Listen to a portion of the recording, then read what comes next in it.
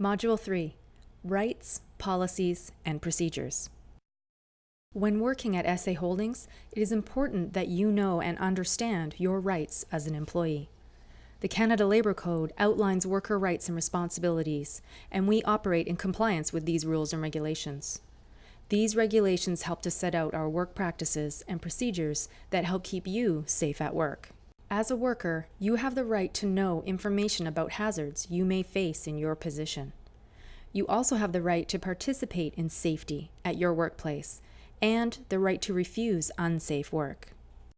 Just as you have your own rights and responsibilities, your employer also has their own responsibilities. These responsibilities include developing and evaluating health and safety programs at work, as well as protecting the health and safety of you as an employee.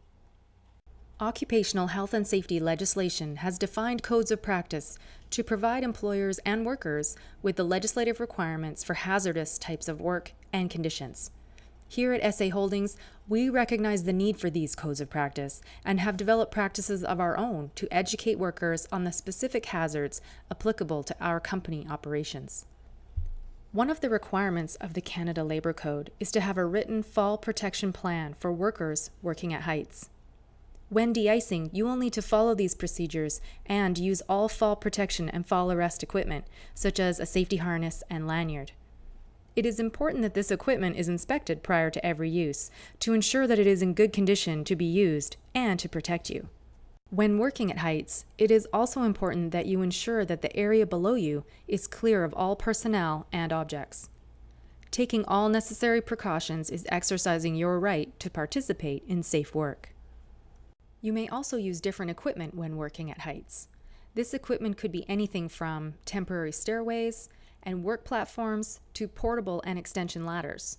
Before using a ladder, it is important to ensure that it is inspected for damage and placed on a level surface. When using a ladder, do not climb higher than the third step from the top. 3 points of contact should always be maintained when climbing or descending. Keep in mind that ladders are not to be placed against an unsafe support, erected on boxes, tables, scaffolding, main lift platforms, or on vehicles.